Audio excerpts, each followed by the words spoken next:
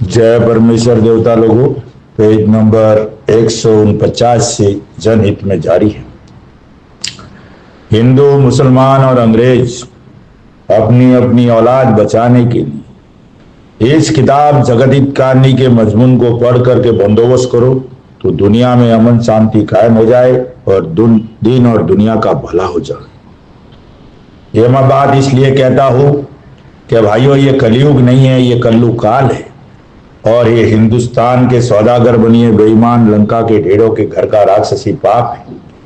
जब ये राक्षसी पाप चलाते हैं, जब दुनिया में बुरा हो रहा है, कच्ची उम्र में मरना, जो भी कई तरह की हजारों तरह की बीमारियां, कई तरह के रोग अधहजार है। इनकी फैक्ट्री दोस्तों, जिसको दुनिया सुरग नरक बोलती है, मुसलमान भाई जन्नत दो जग बोलते हैं और अंग्रेज हेवन हेल्थ बोलते हैं।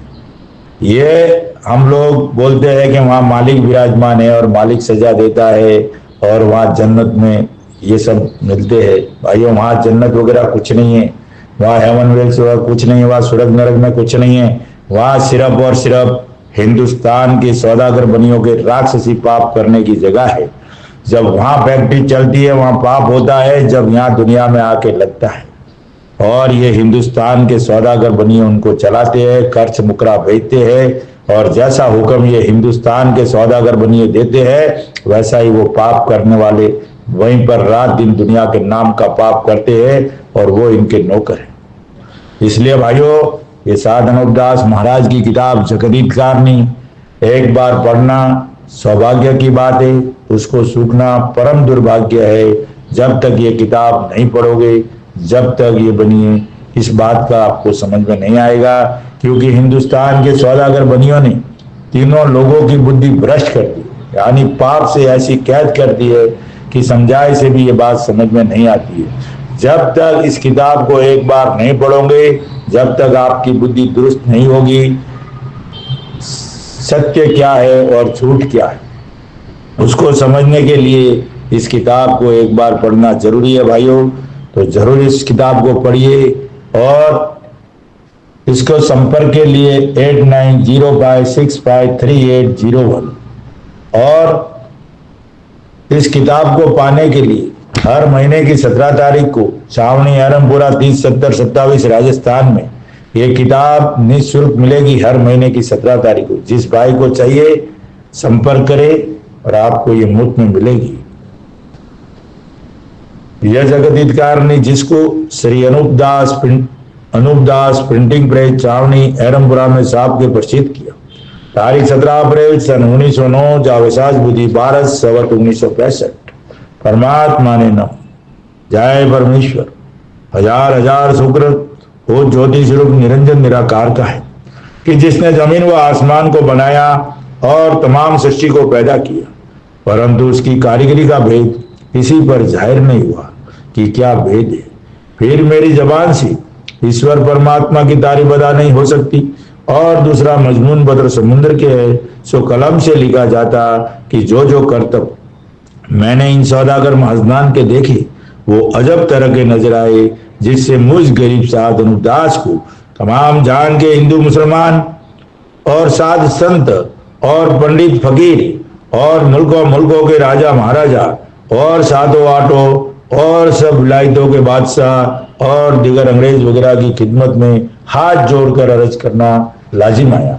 यह अनुपदास जी महाराज पूरे विश्व के राजा बादशाहों को, साधु फकीरों को और जोगी जति को और पंडित ध्यानी को और ज्ञानी विज्ञानी को और सबको और मंत्री संतरी सब भी इसमें आ गए और प्रधानमंत्री है, राष्ट्रपति है, सब आ गए इसमें। भाइयों, हाथ जोड़ के अर्ज कर रहे कि एक बार इस किताब को पढ़कर देखिए भाइयों, और दुनिया की पूरी अमन शांति के लिए, दुनिया में सुख और समृद्धि के लिए और सतयुग की स्थापना करने के लिए एक बार इस किताब को पढ़िए।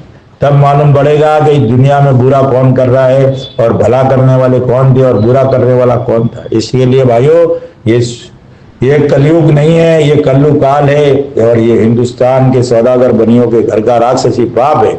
और जितनी भी खराबियां दुनिया में हो रही है इस राक्षसी पाप से हो रही है, इसका सबूत किताब जगत हितकारिणी है। तो भाइयों एक बार जरूर पढ़िएगा। जय परमेश्वर। तमाम दुनिया इसी राक्षसी पाप में कैद हो रही है। फिर पाप का जाहिर करना और संसार के हाथों से उनके पाप को छोड़ाना वाजिब है। इससे शनिश्चर ने रावण के राक्षसी पाप से तमाम जान को वाकिफ किया। जब रावण के छोटे भाई भविष्य ने अपने बड़े भाई रावण से राक्षसी पाप बंद करने को कहा कि अब शनिश्चर को तुम्हारा राक्षसी पाप मालूम हो गया है, इस वजह से तुम्हारी किताबें संसार के लोगों को नहीं पढ़ने देता है। इससे अब संसार के लोगों की अकलों को ज्यादा खराब मत करो। अगर शनिश्चर की अकल को ज्यादा खराब करोगे तो शनिश्चर अपनी औलाद को मरवा देगा, क्योंकि जमीन माता के ऊपर राजा बादशाह रेत समेत बहुत है और अपनी औलाद वगैरह कम है। सो जबकि शनिश्चर ज्यादा तकलीफ पावेगा तो तकलीफ पाने के सबब से तुम्हारे राक्षसी पाप से तमाम जान को वाकिफ करके उनके हाथों से अपनी औलाद को मरवा देगा, क्योंकि शनिश्चर को तुम्हारे राक्षसी पाप की कुल मालूम है। इससे इन्हों की ज्यादा अकल मत फेरो। इससे रावण ने अपने भाई भविष्य के कहने को कबूल करके शनिश्चर की डर से लोगों की अकल को फेरना छोड़ दिया। इससे रावण के राक्षसी पाप को संसार फौरन समझ गया, जिससे शनिश्चर ने बहुत दुख नहीं पाया और अलावा भविष्य भी ज्यादा अक्ल खराब न कर देने की वजह से अपना नाम दुनिया में सलामत रह गया। तो भाइयों आज जो लोग कहते हैं ना, जो अरे गहरे नथुकर लोग ज्यादा करके, अच्छे विद्वान लोग जो पढ़े लिखे हो, जो किताब वगैरह अच्छी तरह से पढ़ते थोड़ी बहुत समझ में आई है, वो ऐसी बातें घटिया बातें नहीं करते। लेकिन अरे गहरे नथु गहरे लोग जो है ना, वो बोलते किताब छपाई, किताब कौन पढ़ता है, पढ़ के क्या हुआ, फिर कोई समझा नहीं। क्या बोलते, कितने लोग समझाए, मंडल वाले भी कहते तुमने कितने भाविक तोड़े। अरे भाविक क्या तोड़े, भाविकों को भी समझ में नहीं है। ये किताब को समझना बहुत सरल बात नहीं है। जब उसको दिल से पढ़ोगे तब ये बात महाराज को ध्यान में रखे, तब ये बात समझ में आएगी। तो भाइयों यहाँ अनूपदास जी महाराज क्या कहते हैं, इसको गहराई से समझो कि ये भविष्य ने रावण से कहा कि तुम्हारी झूठी किताबों का शनिश्चर को सब मालूम है, तुम ये जाल की किताबें सब चला रहे हो और सब ये फरेब कर रहे हो, ये पाप चला रहे हो, ये शनिश्चर को मालूम हो गया। भाई अगर इन्होंने पूरी दुनिया को बता दिया और दुनिया थोड़े बहुत भी समझ गई तो दुनिया के लोग इस जमीन के ऊपर बहुत ज्यादा है और हमारी जान ले लेंगे। ये पाप करना छोड़ दो। वैसे भी भविष्य तो बचा हुआ था, पाप नहीं कराता था, लेकिन उसका भाई था तो उसको मालूम ही था ना कि मेरा भाई कुछ ना कुछ गड़बड़ करता है। तो भाइयों शनिश्चर ने ये बात भविष्य को बताई, लेकिन भविष्य ने ये बात रावण को बताई और रावण को बोला कि ये पाप करना बंद, मेरे अकल ज्यादा अकल मत फेरो। इससे रावण ने अपने भाई भविष्य के कहने को कबूल करके शनिश्चर के डर से लोगों की अकल को फेरना छोड़ दिया। जब अकल को फेरना छोड़ दिया तब शनिश्चर की बात दुनिया को समझ में आई भाइयों, वरना तो शनिश्चर भी महाराज बहुत मेहनत करते, क्योंकि वो बात भी समझने नहीं देते, लेकिन वो डरने की वजह से बुद्धि का पाप छोड़ दिया, अकल फेरना बंद कर दिया तो फौरन कबूल हो गया। आज क्या हो रहा भाइयों, आज ये चारों शख्स जो मारे गए, रावण, हिरण्यकश्यप, कंस और कारुण, तो बनियों ने सबक ले लिया कि अब जाल कजाकार किसी के कहने से जाहिर हो जावे और कुछ भी हो जावे, लेकिन अब हमको बहुत सोच समझ के काम करना है, पाप को अपने अपने स्टाइल से चलाना है। दुनिया कुछ भी कहे, कोई कुछ भी कहे, मार भी देवे तो कुछ परवाह की बात नहीं है भाइयों। तो इसलिए अब बनियों ने एका करके रखा है कि जाल कजाकार किसी के कहने से जाहिर होता तो अपने कुल के आदमी मत बताना। तो ये अभी कभी नहीं बताओगे, लेकिन अब हमें क्या करना है, ये किताब ज्यादा से ज्यादा जाहिर करनी है, ज्यादा से ज्यादा पढ़नी है और ज्यादा से ज्यादा समझनी है और ज्यादा से ज्यादा लोगों को इस किताब के बारे में जाहिर करना है। ये लकर गालड़ी वगैरह कूटना बंद करो, ये झूठी झूठी बातें करना बंद करो, ये सपना दिखाना बंद करो भाइयों, और एक ही काम करना है, इस किताब को पूरी दुनिया में पहुंचाना और इस किताब को थोड़ा बहुत कलमों के आधार से लोगों को बात करना, तब जाके ये होगा। ये ऐसे ऐसे 100 रुपये बहुत आई है, जो लोगों को बोलते हैं कि मेरी बुद्धि दुरुस्त है और मैं पाप छोड़ाऊंगा, और वो लोगों को गुमराह करके ठगी करके लाखों रुपया बर्बाद कर दिया और किसी को एक कलम तक नहीं समझाई है, और वो भी समझाई होगी तो उल्टी समझाई है, परमेश्वर को भुला के परमात्मा पे लेके गया। भाइयों, ऐसे लोगों से किनारा करो और ऐसे लोगों को दूरी करो। और वो लोग अनूपदास जी महाराज का नुकसान करने में लगे हुए, मीठा मीठा तो बोलते, मीठा मीठा बातें करने, लेकिन किताब की बातें कोई नहीं करता है, किताब से कोई नहीं समझाता है। और आज मैं आपको दिल खोल के बात करता हूं कि ये जो जगत हितकारिणी अनूपदास जी महाराज की जो अनूपदास प्रिंटिंग प्रेस की जो किताब है, इसके अलावा जितने भी मंडल में हो गए किधर भी सब झूठ है। और जब तक वो झूठ नहीं मिटेगा, जब तक कुछ होने वाला नहीं है। पाप तो छूटने की बात छोड़ दो, लेकिन बनिएगा बाल भी बाका नहीं।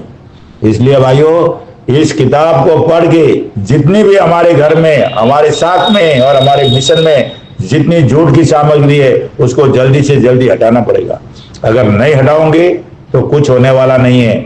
और एक बात और कहता हूं, बीड़ी पीने वाला, चरस पीने वाला, गांजा पीने वाला, तंबाकू पीने वाला, चाय पीने वाला, वो कभी इस बात को कबूल नहीं करेगा और ये बात कभी उसको समझ में नहीं आएगी, और वो झूठी बरेबी बातों में उलझा रहेगा। भाइयों, इसलिए इस साध अनूपदास महाराज की लिखी किताब जगत हितकारिणी से काम करना है तो पहले तो अपने शरीर की पहचान करनी पड़ेगी, साफ सुथरा रहना पड़ेगा, उसके बाद में ये कलम समझ में आएगी, वरना जब तक कोई समझ में नहीं आएगी।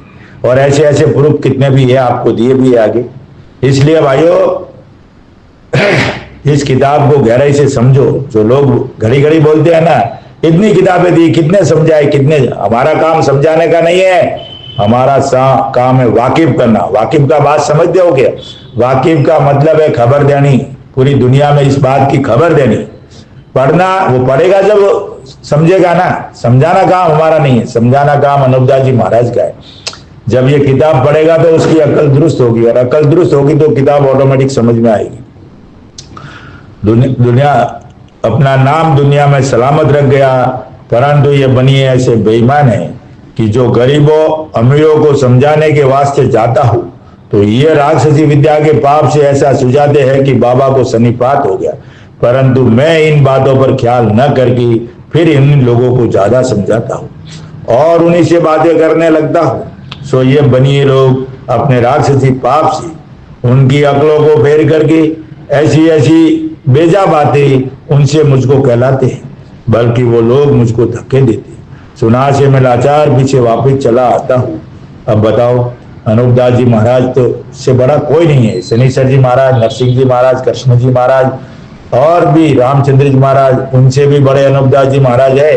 अनूपदास जी महाराज कोई छोटे मोटे नहीं है, वो कुदरत के बनाए हुए हैं भाई, और उनको कोई मार ही नहीं सकता। कुदरत समझते हो ना, जिसने कुदरत को बनाया ना, उसी ने उनको बनाया, और वो स्पेशल इस पाप छुड़ाने के लिए, बाकी दुनिया में कोई इस पाप को, इनका कदमी पाप पकड़ ही नहीं सकता है। तो भाई अनूपदास जी महाराज को ऐसे हल्के में मत लो। जब तक पाप का खात्मा नहीं होगा, जब तक वो मरने वाले नहीं है।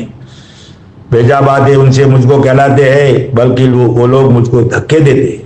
सुना से मैं लाचार पीछे वापिस चला आता हूँ तो मेरे वापिस आने के बाद वो सभा के लोग ये कहने को लग जाते हैं कि बाबा जी बड़े हैं, जो कहते हैं सच कहते हैं, परंतु कोई बातें काबिल समझने की नहीं है, क्योंकि वो मुख जबानी समझाते थे। तब वो समझने वाले लोग कहते हैं कि भाई कहते तो सच है, परंतु कोई बात समझ में नहीं आती है, ये ऐसे कैसे होता है, कोई बात काबिल समझने की नहीं है, ये तो वैसे ही बनियों के पीछे पड़े हुए। सो सभा वाले और मुल्कों के राजा बादशाह और रईत वगैरह नहीं समझते कि बाबा हजारों रुपया खर्च करके और राजाओं और गरीबों से और अमीरों से मदद लेके हम लोगों को समझाता फिरता है। सो जरूर कोई ना कोई बात ऐसी है, नहीं तो ये शख्स क्यों रुपया खर्च करे। वो लोग ये नहीं सोचते ये बाबा अकेला ऐसे फकीरी की हालत में घूमता है और लोगों से मदद लेके, गरीबों से मदद लेके, और हम लोग के समझाने को पड़ा है, तो कोई न कोई बात तो ऐसी होगी। लेकिन उन लोगों के दिल में जरा भी ख्याल नहीं आया। अगर वो ख्याल आता है ना कि वाकई ऐसा क्या, एक बार पढ़ तो लेवे क्या बात है, तो भी अकल दुरुस्त हो, एक बार समझ तो लेवे तो भी दुरुस्त हो जाती। मदद लेके हम लोग को समझाता फिरता है, सो जरूर कोई ना कोई बात ऐसी है, नहीं तो ये शख्स क्यों रुपया खर्च करे। और अपने ऊपर तकलीफ उठावे सो नहीं समझते हैं। सो उन लोगों के ना समझने का यही है कि उन्हों की अकल इन सौदागरान ने अपने राक्षसी पाप से फेर दिए, जिसे नहीं समझते हैं। अब महाराज क्या बोलते हैं, जब जिसकी अकल फिरी हुई है और जिसकी अकल बनिया फेर देता है, मेरे बात कहने से मेरे समझाने से कैसे समझेगा। अनूपदास जी महाराज समझा रहे थे तो नहीं समझ पा रहे थे, तो हमारी तुम्हारी कोई औकात है क्या समझाने की। भाइयों, ये तो लोगों को गुमराह करने के लिए, पैसा जमा करने के लिए हम ऐसी ऐसी बातें करते।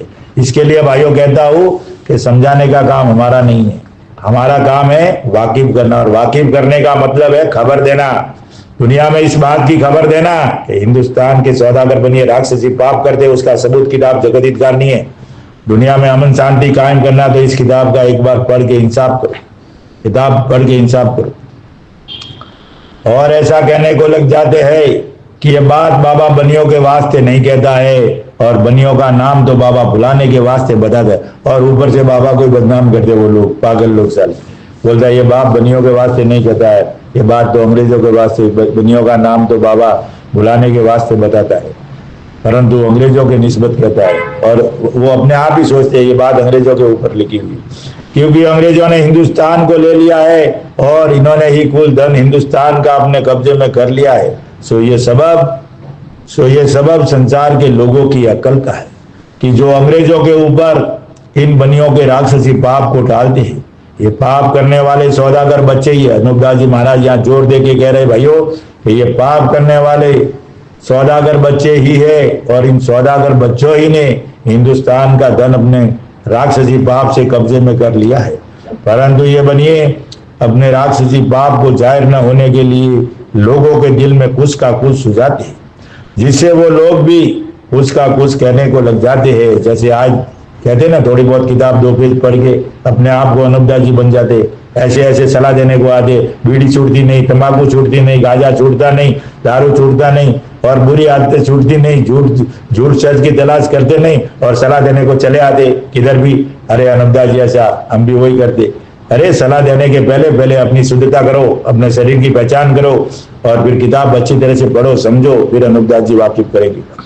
और सलाह फोकट में देने को चले आते। अगर इस सभा में बनिए लोग भी बैठे हो गए तो बनिए लोग सभा वालों की राय से कहने को लग जाते हैं कि बराबर ये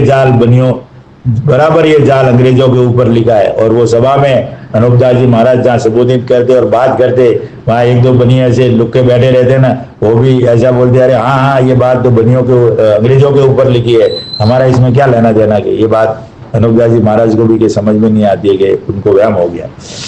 ये बात सच है और हम बंदियों की बात नहीं है, क्योंकि अंग्रेजों के यह राक्षसी पाप होता है। सो ये भाई मेरे, ये राक्षसी पाप इन सौदागरान के होता है। फिर अनूपदास जी महाराज के दे गला फाड़ के कि भाई राक्षसी पाप इन सौदागरान के होता है, और बुलाने के वास्ते अंग्रेजों का नाम लगाते हैं, और अपना राक्षसी पाप करके और अक्ल को खराब करके खुश होते हैं, और साइड में अकल को खराब करके और राक्षसी पाप करके खुश होते हैं, और सभा में भी आके बैठ जाते आगे, और अपने कुल में जिक्र करते, वापस अपने घर पे जाते, अपने कुल में जिक्र करके हमारा राक्षसी पाप जाहिर नहीं हुआ। क्योंकि तमाम जहान के लोग इनके बताने से ये जानते हैं कि राक्षसी पाप नहीं, और अंग्रेजों का राक्षसी पाप चल रहा है। ये वापस अपने घर में जाए बनिए सलाह करते हैं, और अपने लोगों से सलाह करते हैं कि कोई नहीं समझा, और लोग ऐसे समझे कि ये राक्षसी पाप बनियों का नहीं, अंग्रेजों का राक्षसी पाप चल रहा है। सो ये भाइयों बनियों, तुम संसार के नाम से राक्षसी पाप, बाबत अकल फिरी हुई रहने की और अपना पाप किसी को ना समझने देने की, बल्कि अंग्रेजों का पाप सुझाने के कराते हो। सो ये हिंदुस्तान के बनिए उन पाप करने वालों बनियों के पास खर्च वगैरह भेजते हैं। क्या बोलते, तुम ऐसा सुझाते हो, और ये वहां खर्च भेज के ये पाप कराते कि जहां पर 84 लाख कुंडिया राजलों की बनाई है वहां पर पाप कराते हैं। सो देखो भाई, कराते तो पाप को बनिए, और लोगों के दिल में अंग्रेजों का सुझाव, जिससे संसार के लोग अंग्रेजों के ऊपर मेरी कई बात को समझते हैं, जो मैं पाप दुनिया को बताता हूँ ना, ये सब दिखाता हूँ ना, तो मेरी बात को ये अंग्रेजों के ऊपर टाल देते और अंग्रेजों के ऊपर समझते कि ये अंग्रेज करते हैं, ये बनियों की ऐसी जाल फैली। हम लोग अनुदास जी महाराज को भी ये लोग गुमराह करने की कोशिश करते थे भाइयों। तो आजकल के अपन लोगों को ये लोग ऐसे बहुरूपिये जो बनियों के दलाल जुड़े हुए वो गुमराह करेंगे तो उसमें क्या बुराई है। परंतु बनिए दूसरों के नाम सुझा के आप भले के भले रह जाते हैं, और जबकि बनिए मेरे दर्शन करने को मेरे पास आते हैं तो मैं उनसे दरियापत करता। अब यहां देखो भाई, बनिया मत बोला ना, किताब पढ़ के मतलब समझ के दुनिया को गुमराह करता। बनिया अनुपदास जी महाराज को अच्छी तरह से पहचानता था, अच्छी तरह से पहचानता था ये अनुपदास जी कौन है, कैसे है, क्या है। तब महाराज लिखते हैं कि जब बनिए मेरे दर्शन करने को मेरे पास आते हैं तो मैं उनसे दरियापत करता। कोई दूसरा जाता था क्या दर्शन करने को? क्योंकि अनुपदास जी की पहचान ही नहीं तो क्या जाएगा दर्शन करने को। और बनियों को पूरी पहचान थी कि ये बंदा कौन है, इसके लिए बनियों को पहचान दी और बनिए उनके दर्शन करने को जाते थे। तब मैं दरियापत करता हूं कि तुम सच सच बोलो और भविष्य की तरह से सलामत रहना चाहो तो राक्षसी पाप के करने को अपने कुल में से छुड़ाओ। क्योंकि बनियों को ये तो मालूम था कि ये बुरा नहीं करेंगे, ये बताएंगे, अनुपदास जी महाराज बताएंगे, लेकिन बुरा नहीं करेंगे। इसके लिए बनिए दर्शन करने को भी जाते। और क्यों जाते थे उसका रीजन समझो। तो अनुपदास जी महाराज के अपने कुल में से छुड़ाओ, परंतु ये बनिए मेरे कहने को कब मानते हैं, बल्कि राक्षसी पाप रात दिन करा के लोगों की अकलों को खराब कर रही है, जिसे संसार के लोगों को नहीं समझने देते हैं, जिससे वो लोग ये कहते हैं कि हम तो अंग्रेजों का ही राक्षसी पाप जानते। इतनी बात समझ के सुन के फिर वापस उसी पे चले जाते कि हम तो अंग्रेजों का ही राक्षसी पाप जानते, आपके कहने से कुछ नहीं। लेकिन बनिए बराबर समझते थे।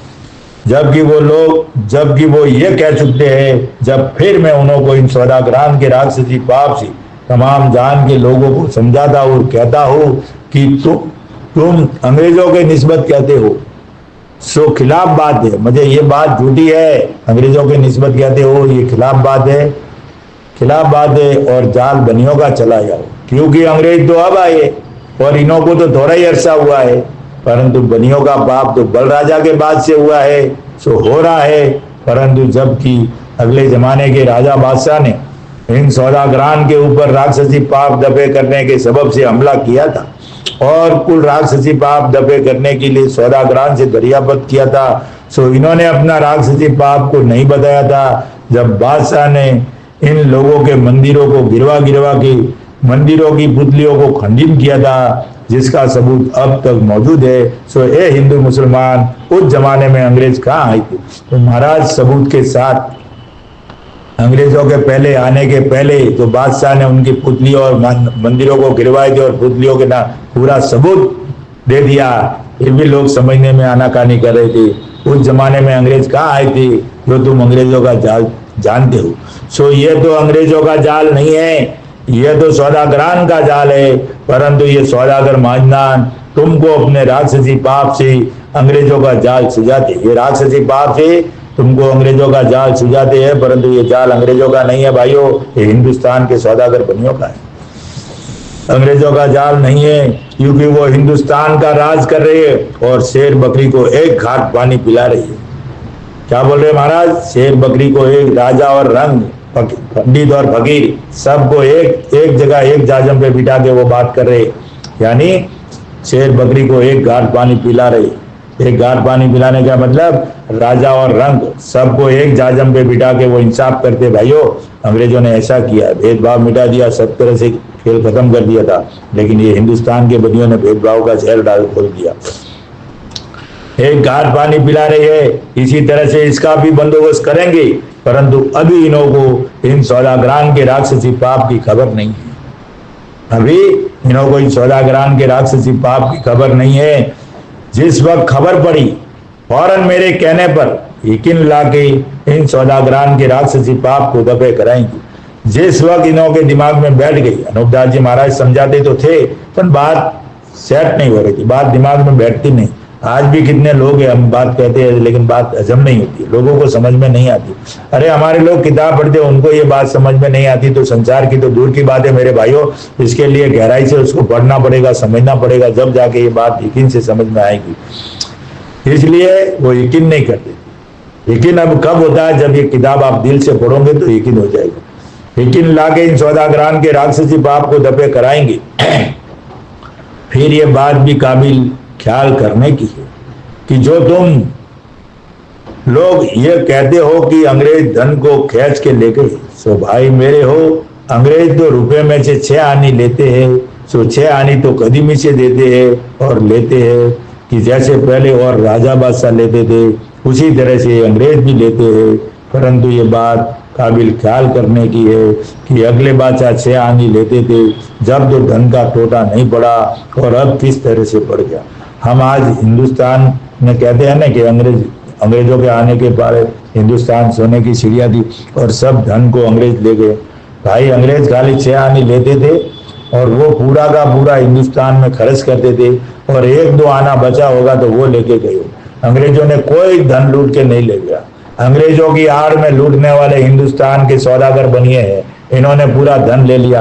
अरे भाई ये धन क्या ले गया? राक्षसी बाप का जमे किया हुआ धन इन हिंदुस्तान के सौदागर बनियों ने ले लिया है। कारून का धन ले लिया है, रावण की सोने की लंका गायब कर दी है, और हन्ना कसब का धन ले लिया है, और कंस का धन ले लिया है। और इन लोगों के जो खजाने और धन देना वो दुनिया ने किसी ने हाथ नहीं लगाया। वो राक्षसी पाप, उनको मारा तो दुनिया समझी ये राक्षसी लोग थे और राक्षसी पाप करते थे, तो राक्षसी पाप का धन को आराम समझ के नहीं लिया, इसलिए वो धन भी वहीं पड़ा रहने दिया। फिर इस बनियों ने धीरे धीरे उसको गायब कर दिया और 84 लाख कुंडियों पे लेकर चले गए। आज इन हिंदुस्तान के सौदागर बनियों के पास में जमीन का 13 हिस्सा धन इनके पास है, और 1 हिस्से में पूरी दुनिया है, और 12 हिस्सा इनके पास पैक पड़ा हुआ है। ये क्या टैक्स भरे या क्या कुछ नहीं भरते? 12 हिस्सा धन का टैक्स कितना होता है भाइयों?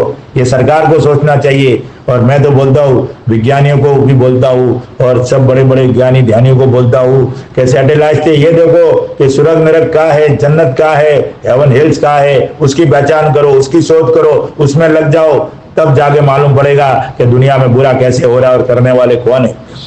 काबिल ख्याल करने की है कि अगले बादशाह 6 आने लेते थे जब तो धन का टोटा नहीं पड़ा, और अब किस तरह से पड़ गया। सो अंग्रेज लोग 6 आनी जो लेते हैं तो वो 6 आनी पीछे हिंदुस्तानी अमीर से लेकर के और गरीब तक जो अंग्रेजी नौकर है वो लेते हैं। तो वो हिसाब पूरे का पूरा है, और धन तो बहुत था, कुछ 6 आनी वगैरह देने से धन थोड़ा ही टूटता है। सो इस बात का सबब यह है कि अंग्रेज तो वही 6 आनी लेते हैं कि जैसे पहले जमाने के राजा बादशाह लेते। दूसरे राजा बादशाह आए थे मक्का वगैरह से, मुसलमान भाई भी आए थे, मुगलमान भी आए थे, तो उन्होंने राज किया, तो वही 6 आनी लेते थे, लगान जितनी लेना, और बाकी धन तो इन हिंदुस्तान के बनियों ने गायब कर दिया। पहले जमाने के राजा बादशाह लेते थे। परंतु मैं अभी अनुपदास जी महाराज बोल रहे, गौर से सुनो, परंतु मैं आप सब साहबों से दरियावर्त करता हूँ कि पहले हिंदुस्तान के गरीब अमीरों के घर में इस कदर धन था जिसका कुछ शुमार नहीं हो सकता। सो वो धन कहाँ गया? सो वो धन अंग्रेजों ने थोड़ा ही लिया है। सो भाई मेरे हो, इन्होंने तो नहीं लिया है, क्योंकि वो तो सिर्फ 6 आनी लेते कि जो अगले जमाने के राजा बादशाह लेते थे। सो उस 6 आनी लेने से धन का टोटा किसी हालत में नहीं पड़ सकता है। वो सौदागर महाजनों ने अपने जादू के जुल्म से खींच लिया है। क्या बोलते महाराज, अंग्रेज आए तो अमीर गरीबों के घर में भी धन तो बहुत था, वो धन कहाँ गया? आज सब पूरी रैयत कंगाल है, राजा बादशाह भी कंगाल है, फिर वो धन कहाँ गया? किसके पास गया? वो इसकी शोध करो ना भाइयों। इसलिए भाइयों, कल से पेज नंबर 152 से जनहित में जारी रहेगी, और साध अनुपदास महाराज की मैं उस वैज्ञानिकों को, ज्ञानी ध्यानियों को लियो, साधु संतों को लियो, और मुल्कों के राजा महाराजा, और हमारे देश के प्रधानमंत्री जी, और हमारे देश के सभापति जी, और हमारे देश के राष्ट्रपति जी, और हमारे देश के मुख्यमंत्री जी, आपको इस किताब को एक बार जरूर पढ़ना चाहिए। जब तक आप इस किताब को नहीं पढ़ोगे तो सच और झूठ की आपको तलाश नहीं होगी, न्याय नेकी की समझ में नहीं आएगी। इसलिए भाइयों, इस किताब को एक बार जरूर पढ़िए और पढ़कर अमन शांति कायम करने में मददगार होइए। जय परमेश्वर, जय परमेश्वर, जय परमेश्वर।